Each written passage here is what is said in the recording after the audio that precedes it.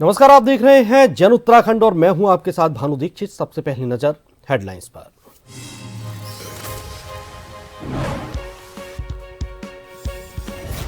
UGC के नए नियमों पर सुप्रीम कोर्ट की रोक। केंद्र और विश्वविद्यालय अनुदान आयोग को नोटिस। 19 मार्च तक सरकार से मांगा जवाब। नए आदेश तक 2012 वाले रूल ही रहेंगे लागू।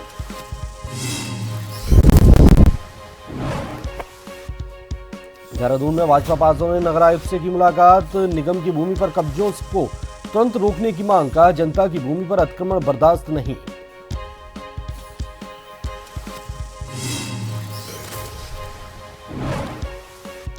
नैनीताल हाई कोर्ट से वन गुर्जर समुदाय को राहत। दावों के निस्तारण तक नहीं किया जाएगा भूमि से बेदखल। खेती में हस्तक्षेप पर भी रोक।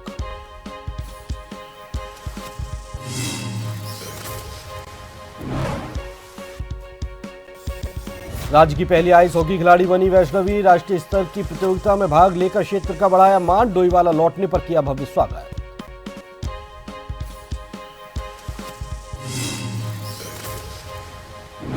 उत्तराखंड के 3 जिलों में बारिश की संभावना। केदारनाथ में बर्फ हटाने में जुटी आईटीबीपी। उत्तरकाशी, औली, मसूरी में हजारों पर्यटकों का आगमन। होटल 80% तक फुल।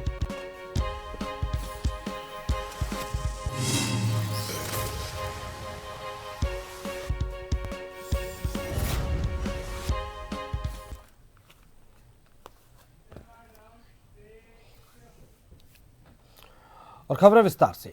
अगले साल होने वाले विधानसभा चुनाव को देखते हुए कांग्रेस पार्टी ने अपनी राजनीतिक गतिविधियां तेज कर दी हैं। सोमवार को प्रदेश कांग्रेस कार्यालय में पार्टी के प्रदेश अध्यक्ष गणेश गोदियाल के साथ कांग्रेस के सभी वरिष्ठ नेताओं ने संयुक्त रूप से एक प्रेस वार्ता की। प्रेस वार्ता के दौरान कांग्रेस नेताओं ने ऐलान किया कि पार्टी भ्रष्टाचार, महिला उत्पीड़न, महंगाई और बेरोजगारी जैसे जनहित के मुद्दों को लेकर 16 फरवरी को राजस्थान का घेराव करेगी। इसके साथ ही कांग्रेस पार्टी ने आगामी 3 महीनों तक प्रत्येक विधानसभा क्षेत्र में जन आंदोलन चलाने की रणनीति भी घोषित की है। इस दौरान स्थानीय स्तर के मुद्दों के साथ साथ राज्य स्तरीय समस्याओं को उठाकर जनता को जागरूक किया जाएगा।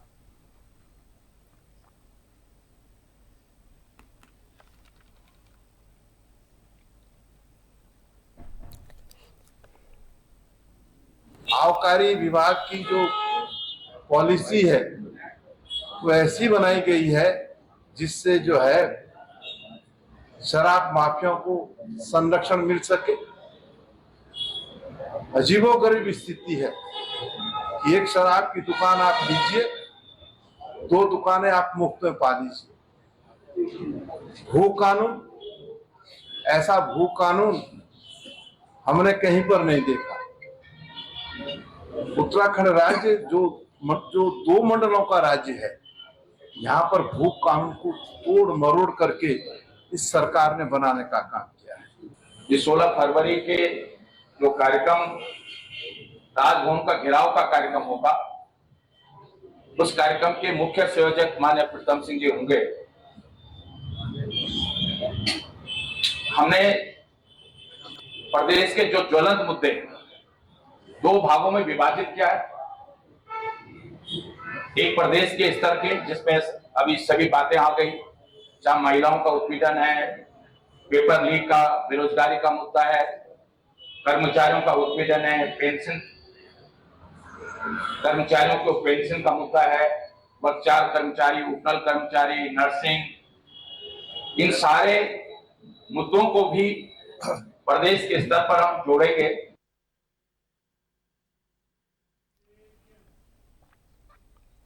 रामनगर में करणी सेना द्वारा यूनिवर्सिटी ग्रांट कमीशन से जुड़े प्रस्तावित बिल के विरोध में तहसील परिसर में धरना प्रदर्शन किया गया। प्रदर्शन के दौरान करणी सेना कार्यकर्ताओं ने एसडीएम प्रमोद कुमार के माध्यम से राष्ट्रपति को एक ज्ञापन प्रेषित किया।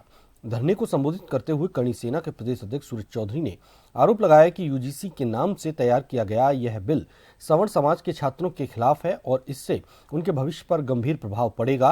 उन्होंने कहा कि इस कानून से जातिवाद को बढ़ावा मिलेगा और सवर्ण छात्रों के साथ अन्याय होगा।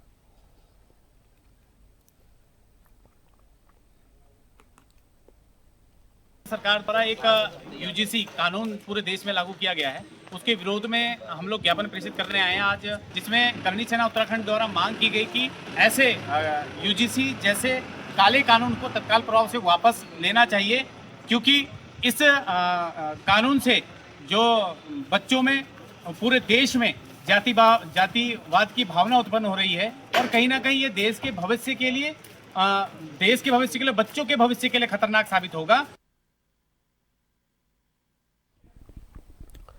देहरादून नगर निगम की जमीन पर अवैध अतिक्रमण को लेकर भाजपा पार्षदों में गुस्सा है, जिसे लेकर पार्षदों ने नगर आयुक्त नमामि बंसल से मुलाकात की और निगम भूमि पर कब्जों को तुरंत रोकने की मांग की। साथ ही अतिक्रमणकारियों और भूमाफियाओं पर सख्त कार्रवाई की मांग की। इस दौरान भाजपा पार्षदों ने कहा कि जनता की जमीन पर कब्जा बर्दाश्त नहीं करेंगे। इस पर नगर आयुक्त ने उचित कार्रवाई का भरोसा दिया है।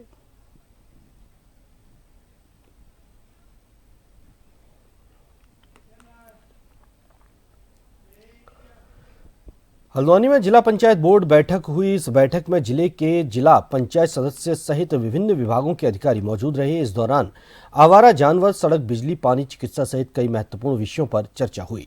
जिला पंचायत सदस्यों ने अपने क्षेत्र में विकास कार्यों पर देरी होने पर गहरी नाराजगी व्यक्त की। साथ ही जिला पंचायत अध्यक्ष ने लेट लतीफी कर रहे विभागों के अधिकारियों को मार्च से पहले 100% बजट खर्च कर गुणवत्ता के साथ करने को कहा है।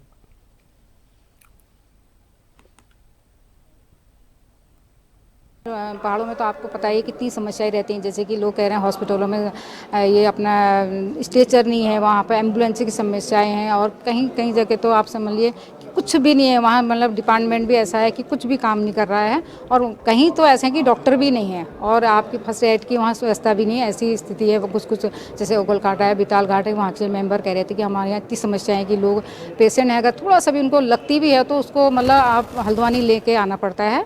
तो ये चीज़ें हम सोच रहे हैं कि इसको जल्दी से जल्दी इसका निराकरण होए और हम सारे अधिकारियों को आज यही चीज़ें कह रहे हैं कि उनका अधिकारियों से हमने रिक्वेस्ट की है कि पूरा जो भी काम रहे हैं हमारे पूरे उनको पूरे मार्च तक हो जाने चाहिए।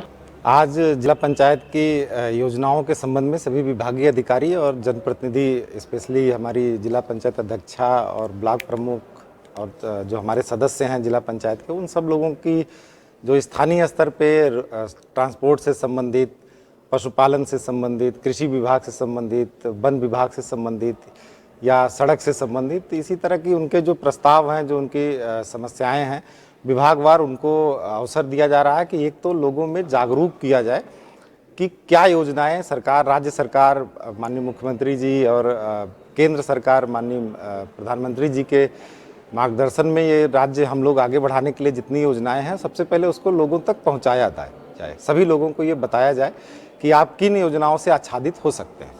तो एक तो ये कोशिश में मतलब हमारे सभी अधिकारी कर रहे हैं कि क्या योजनाएं संचालित हो रही हैं और उसका क्राइटेरिया क्या है जिससे लोगों को आच्छादित किया जा सके। मुख्यमंत्री पुष्कर सिंह धामी ने गुरुवार को मुख्यमंत्री कैंप कार्यालय से छात्र कौशल संवर्धन हेतु लैब ऑन व्हील्स का फ्लैग ऑफ किया। यह लैब ऑन व्हील्स छात्रों को एआई कोडिंग, आईओटी एवं अन्य इमर्जिंग टेक क्षेत्रों में कौशल संवर्धन के लिए हैंड्स ऑन सुविधा उपलब्ध कराएगा। इसके साथ ही विज्ञान विषय के विभिन्न प्रयोगों को वर्चुअल मोड से सीखने में सहायता प्रदान करेगा। लैब ऑन व्हील्स छात्रों को लर्निंग बाय डूइंग के लिए बेहतर प्लेटफॉर्म उपलब्ध कराएगा। Infosys spring board lab on wheels आगामी 5 वर्ष तक पूरे राज्य में संस्थाओं में जाकर छात्रों को जागरूक करते हुए उनको हैंड्स ऑन प्रशिक्षण प्रदान करेगा और उनको वैश्विक संभावनाओं से जोड़ेगा। लैब ऑन व्हील्स राज्य में छात्रों के लिए हैंड्स ऑन प्रशिक्षण की अनुपलब्धता को न्यून करेगा और लैब ऑन व्हील्स में उपलब्ध हैंड्स ऑन एवं प्रैक्टिकल्स उच्च शिक्षा, तकनीकी शिक्षा एवं विद्यालय शिक्षा ग्रहण कर रहे छात्रों हेतु उपयोगी है।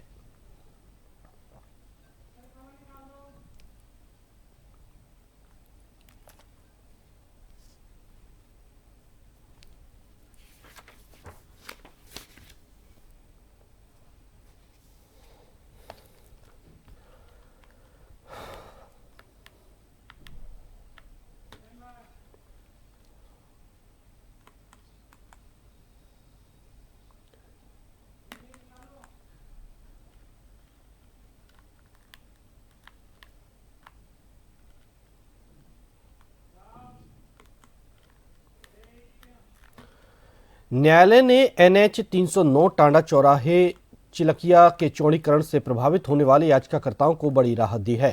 न्यायमूर्ति सुभाष उपाध्याय की एकल पीठ ने आदेश दिया है कि याचिकाकर्ता की आपत्तियों पर निर्णय होने तक उनके खिलाफ कोई भी दंडात्मक या बलपूर्वक कार्रवाई न की जाए। मामले के मुताबिक नेशनल हाईवे 309 के चौड़ीकरण के लिए सरकार ने 4 नवंबर 2025 की एक अधिसूचना जारी की थी।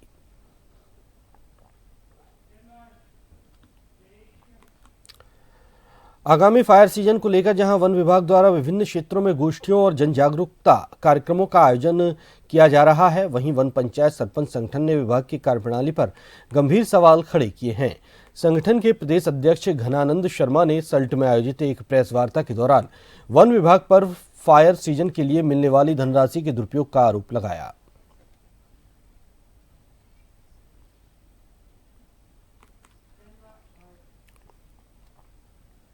वन विभाग के कर्मचारियों को धनराशि मुहैया कराई जाती है या नहीं कराई जाती है, ये जनता आम जनमानस से भी और वन पंचायत सरपंच लोगों से भी बहुत दूर है।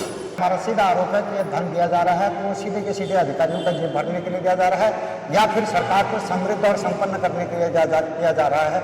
उस धन का जनता पे, वन पंचायतों पे किसी भी किस्म का कोई प्रयोग नहीं हो रहा है। भारतीय किसान यूनियन क्रांति संगठन से जुड़े सैकड़ों किसान मंगलवार को अपनी 6 सूत्रीय मांगों को लेकर हरिद्वार जिला अधिकारी कार्यालय पर धरना प्रदर्शन के लिए रवाना हुए। किसान लक्सर चौक पर एकत्रित हुए और वहां से जुलूस के रूप में डीएम कार्यालय की ओर कूच किया। इस दौरान संगठन के प्रदेश अध्यक्ष यूनुस अहमद और जिला अध्यक्ष अनिल चौधरी ने बताया कि किसानों की लंबे समय से लंबित समस्याओं को लेकर आज जिलाधिकारी के समक्ष धरना दिया जाएगा। उन्होंने कहा कि किसानों पर लगातार बढ़ते दबाव और गलत नीतियों के चलते आंदोलन का रास्ता अपनाना पड़ रहा है।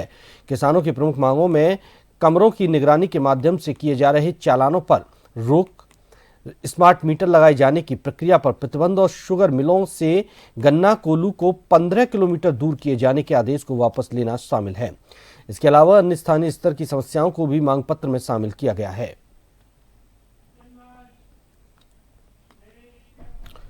यूजीसी के नए नियमों का विरोध करते हुए मुख्यमंत्री की विधानसभा चंपावत में व्यापारियों और स्थानीय लोगों ने गांधी चौराहे पर जोरदार प्रदर्शन किया। जिला व्यापार उद्योग व्यापार मंडल और नगर व्यापार संघ के पदाधिकारियों ने इसे सवर्ण विरोधी करार देते हुए रोल बैक यूजीसी के नारे लगाए। प्रदर्शन करते हुए कहा कि सवर्ण सामान्य वर्ग के साथ भेदभावपूर्ण और सवर्ण विरोधी है। इससे सामान्य वर्ग के छात्रों के लिए अलग शिकायत तंत्र नहीं है, जिससे दुरुपयोग का खतरा है।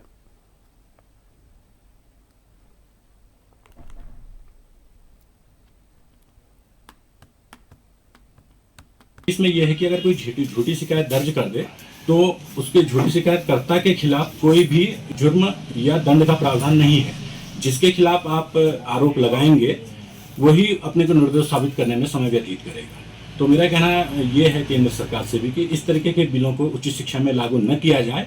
अगर करना ही है तो उसमें कुछ अमेंड किए जाए जिससे सभी छात्रों के लिए समान है, क्योंकि जातिगत भेदभाव किसी के साथ भी हो सकता है।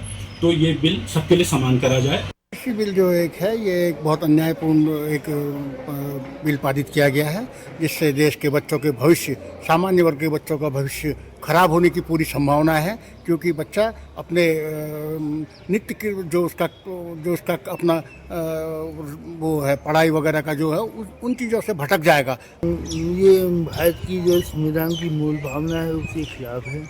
अनुच्छेद 14, 15, 21 में जो समानता और सद्भावना का हमको अधिकार दिया गया है, ये उसका खुला उल्लंघन है। माननीय प्रधानमंत्री जी से अनुरोध है कि इसको शीघ्र अतिशीघ्र वापस लिया जाए और महामारी में आखिरी जी से भी अनुरोध है, क्योंकि ये देश समाज को बांटने वाला कानून है। एक जो छोटा बच्चा है जो अपने नए जीवन में प्रवेश कर रहा है, अगर उसको कॉलेज में जाती इस तरह की भेदभाव का सामना करना पड़ेगा तो उसके मानसिक और सामाजिक स्तर पर इसका बहुत गहरा असर पड़ेगा। रुड़की के विकासखंड में भ्रष्टाचार की जड़ें कितनी गहरी हैं, इसकी बानगी ग्राम खड़खड़ी, नन्हेड़ा, अनंतपुर, सफरपुर और भारापुर में देखने को मिली। आरोप है कि राष्ट्रीय पर्व के अवसर पर जब हर सरकारी विभाग में अवकाश होता है, वहां मनरेगा का काम धड़ल्ले से जारी दिखाया गया। नेशनल मोबाइल मॉनिटरिंग सिस्टम पर बाकायदा मजदूरों की हाजिरी भरी गई, लेकिन हकीकत इसके बिल्कुल उलट थी। राष्ट्रीय अवकाश के दिन भी नियमों की सरेआम धज्जियां उड़ाई गई। सूत्रों के मुताबिक मौके पर न तो कोई काम हुआ और न ही कोई श्रमिक पहुंचा। इस पूरे मामले ने जब तूल पकड़ा तो विभाग में हड़कंप मच गया। रुड़की की बीडीओ सुमन कुटियाल ने मामले की गंभीरता को देखते हुए सख्त रुख अपनाया। उन्होंने कहा, मामले की पूरी पारदर्शिता के साथ जांच की जाएगी। देखिए, हम लोग जो है समय समय पर हमारे जो है स्टाफ की जो है मीटिंग्स वगैरह में भी यही बताते हैं कि जो भी जो है राष्ट्रीय पर्व होता है उसमें उसका अवकाश के दिन में कोई भी जो है इस तरह के जो सरकारी कार्यक्रम है या सरकारी जो निर्माण कार्य है, खासकर जो हम मनरेगा के जो कार्य है वो न किया जाए। लेकिन मेरे नॉलेज में भी नहीं है अभी कि इन्होंने काम किया करके, तो इसमें जो है हम लोग देखेंगे कि क्या किस तरह से जो है इन्होंने काम करवाया है, तो देखने के बाद ही मैं बता पाऊंगी आपको। फिलहाल यहाँ रुकेंगे एक छोटे से ब्रेक के लिए।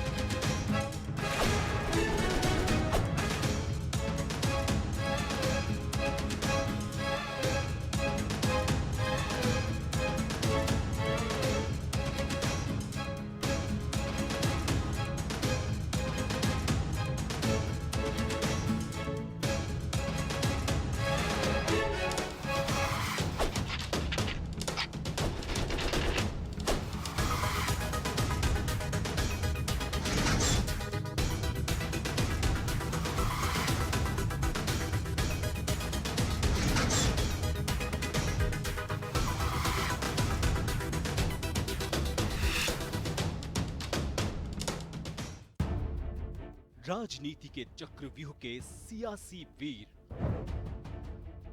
अपराध के अंधेरे की स्याह तस्वीर, मैदान में पसीना बहाते खेल के सितारे,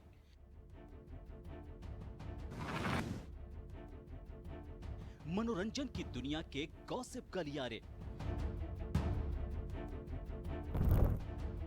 शिक्षा की रोशनी से होता भविष्य उजियारा,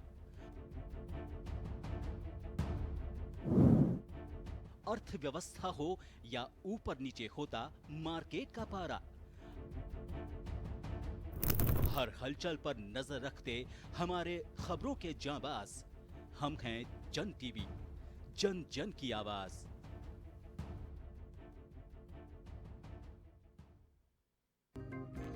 शिक्षा, खेल, धर्म कर्म या हो राजकाज, बदलते वक्त में भी पत्रकारिता का वही अंदाज, खबरों की दौड़ में सबसे पहले, हर जगह, हर वक्त, क्योंकि आपका भरोसा ही है हमारी असली ताकत। खबर हो चाहे छोटी या हो रहा हो कुछ विशेष, हर खबर जिससे रूबरू होता है हमारा देश, जनता के विश्वास की सबसे बुलंद आवाज। हम हैं जन टीवी, जन जन की आवाज।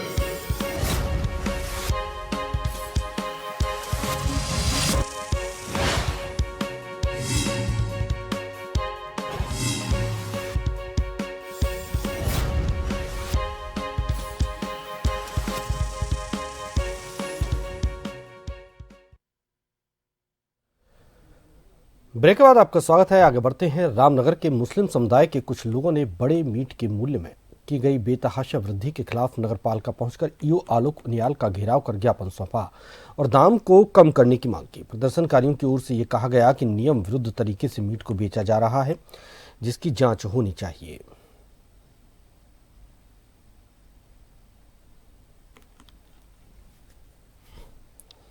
हमने ये ज्ञापन अभी 12 तारीख को भी दिया था, पिछले दिन जनवरी की 12 तारीख को दिया था, लेकिन हमारी बात पर कोई संज्ञान नहीं लिया गया। हमारे ज्ञापन को एक कूड़े में डिब्बे में डाल दिया गया है। नगर पालिका अपनी मनमानी पूरी तरीके से कर रही है। मीट के बड़े मीट के जो रेट हैं आज 240 रुपये पहुँच चुके हैं, जबकि हम 300 रुपये थे रेट ज्ञापन देने आए थे। उसके बाद 40 रुपये 20 रुपये बढ़े, फिर 20 रुपये बढ़ाए। इन्होंने लगातार बढ़ाते चले जा रहे हैं लोग। किस भाव में बिक रहा है मीट? इस टाइम 340 रुपये बेच रहे हैं। एक आरोपी भी लगाया कि फड़ बेच दिया है। फड़ ये नगर पालिका से जो छुटते हैं 3-3 लाख रुपए के छुटते हैं, उसके बाद ये डबल में करके सेल कर बेच देते हैं, आगे बढ़ा देते हैं। जो ठेकेदार हैं वो नहीं बैठते हैं उन फड़ों पे, दूसरे ही आदमी बैठते हैं उनके। जी, आज हमें एक ज्ञापन प्राप्त हुआ। इस पूर्व में भी हमें ज्ञापन प्राप्त हुआ था इसके संबंध में।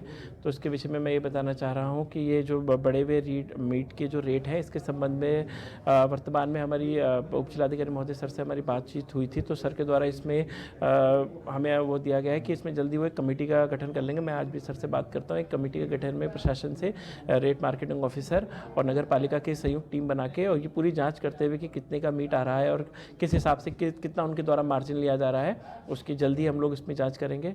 और साथ ही जैसे कि अभी आपने बताया कि वहाँ पे कुछ मारपीट की घटना हुई है, तो आज ही मैंने इंस्ट्रक्ट कर दिया है कि वो सीसीटीवी कैमरास लगने के लिए इसमें 2-3 दिन के अंदर मैं वहाँ पे सीसीटीवी कैमरा और इलेक्ट्रॉनिक कांटा इसमें लगवा देंगे। रामनगर के लखनपुर क्षेत्र की रहने वाली 10 वर्षीय बालिका किरण कोटवाल ने संगीत के क्षेत्र में एक ऐतिहासिक उपलब्धि हासिल कर पूरे क्षेत्र का नाम रोशन किया है। किरण ने influencer book of world record में एक ही मंच पर 50 से अधिक वाद्य यंत्र बजाने की अद्भुत कला का प्रदर्शन कर अपना नाम दर्ज कराया है।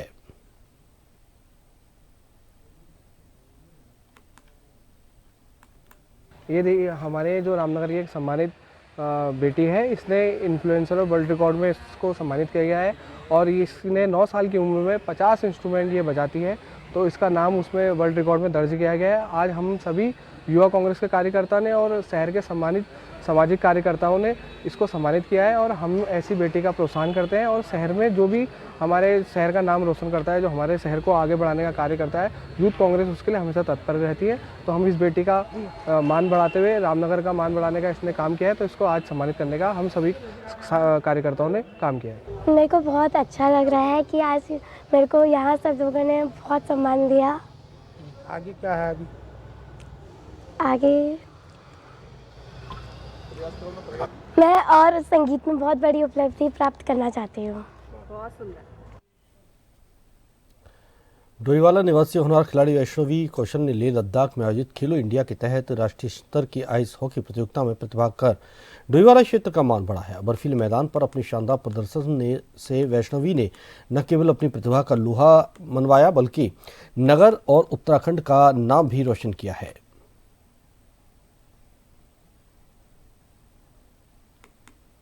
पहली बार खेलो इंडिया के लिए लेह लद्दाख गई थी for my sport ice hockey team. I was playing from Rajasthan and I basically belong to Uttarakhand and I did play Rajasthan because the Uttarakhand team was not made this time. So yeah, I played with the Rajasthan team and I was very happy that we were in the top 7.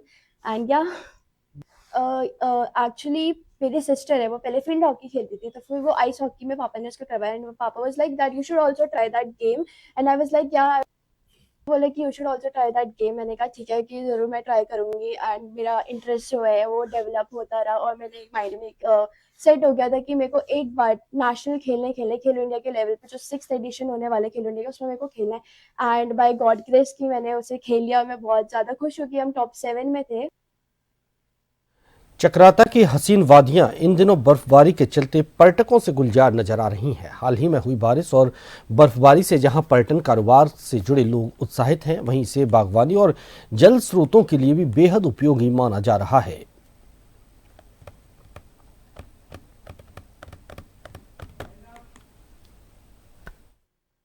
First time आया हूँ मैं, snowfall देख के बहुत अच्छा लगा हमें यहाँ देख के। यहाँ पे जैसे कि आप बर्फ देख रहे हैं, बहुत ज़्यादा मात्रा पे बर्फ़ पड़ी है फिलहाल यहाँ पे। और अभी ये भी बता रहे हैं कि रात के टाइम -2 डिग्री टेम्परेचर होगा, तो लाइव भी देख सकते हैं हम स्नोफॉल। तो बहुत अच्छा लग रहा है, बहुत मज़ा आ रहा है। चकराता घूमने आए हैं। वैसे तो मुरादाबाद के हैं, देहरादून में रुके हुए हैं यहाँ पर, तो यहाँ पर घूमने आ गए। ट्यूनी गए हैं, कंडोली गए हैं, बहुत खूबसूरत है वादियाँ। अभी यहाँ पे देखो आप कितना बर्फ पड़ा है, बहुत अच्छे से घूम रहे हैं, मजा आ रहा है बहुत। और जो अभी यहाँ पे बर्फबारी हुई है, पिछले 23 तारीख को यहाँ बर्फ पड़ी थी और बहुत अच्छी बर्फ पड़ी थी। मतलब ऐसा लगता है कि कई सालों का रिकॉर्ड टूटा होगा इस बर्फ से। ये बर्फ पड़ने से जो है पर्यटक भी अच्छी खासी संख्या में पहुंचे हैं। काश्तकारों को और बागवान लोगों को भी इस बर्फबारी से बहुत फायदा हुआ है। काफी लंबे इंतजार के बाद केसर को बर्फ पड़ी है। माहौल तो आप देख ही रहे हैं कि चक्राता पैक है पिछले 23 तारीख से। और अगर हम इसके फायदे बताएं तो इसके दूरगामी फायदे हैं, क्योंकि आप मान सकते हैं कि जो पहाड़ों में पानी की सप्लाई होती है पेयजल की, वो रिसोर्सेस से होती है। और आप लगा के चलिए कि अक्टूबर के बाद से। इसी के साथ इस बुलेटिन में फिलहाल इतना ही। नमस्कार।